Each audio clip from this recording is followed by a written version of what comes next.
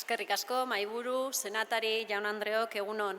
Gure taldeak, Esquerra Republicana Euskal Herria Bilduk aurkeztutako emendakin honekin, saiatu gara faltan botatzen genuen zehaztasuna ematen geroa baiek aurkeztutako mozio honi. Egia da, hemendik, tribunatik, senatariak azalpen gehiago eman dituela eta guztiz bat gatozela esandakoekin, baina mozioan bertan faltan botatzen genuen zehaztasun batzuk eta saiatuko naiz azaltzen. Alde batetik, liderar con agentes sociales, sindicatos y empresarios esaten den lekuan, uste dugu lurralde ezberdinetan dagoen errealitate sindikal eta enpresariala kontutan izan behar dela.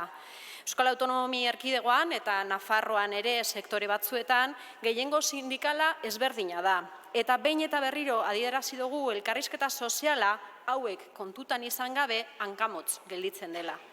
Bestalde, gure iritziz errenten paktu batek langileen erosahalmena ziurtatzera eraman behar gaitu. Eta orain arte, errenten ituna ikusita nolako emaitzak eman dituen, nola ulertzen den, hemen lehen Ciudadanoseko senatariak esan duen bezala, nola ulertzen den errenten paktu hau ikusita, garrantzitsua ikusten dugu, hasieratik oinarrizkoa dena argitzea. Eta mozio honetan, faltan botatzen dugu zehaztasun hori. Batzuentzako, errenten paktuaren helburua inflazio prozesua eustea da, soldata igoerak mugatuz.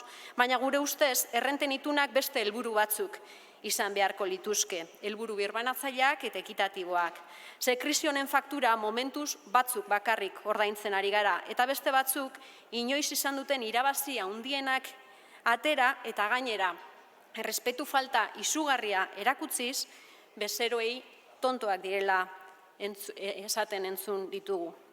Eta ezin dugu ahaztu herritarren gehiengoa pandemiaren ondorio zailak jasatzen egondan bitartean, Espainiako 23 pertsonen aberastasuna 19.900 milioi eurotan handitu dela. Pandemiarekin aberastasunaren kontzentrazioa gainera larriagotu egin da. Eta krisi energetiko honetan, enpresa energetikoen irabaziak izugarriak izan dira besteak beste daukagun erregulazioari esker. Abestiak esaten duen moduan, gutxi batzuen festa da guztion presaka. Beraz, inflazio prozesu amaigabeaz kezkaturik, garai bateko errenten itunik ez dugu behar. Formula berriak behar ditugu, paktu berriak behar ditugu. Krisiaren karga hobeto banatzea da lortu behar duguna. Eta resaka baldin badaukagu, izan dadilean festan ibili garelako danok. Eskerrik asko. Eskerrik asko, senadora.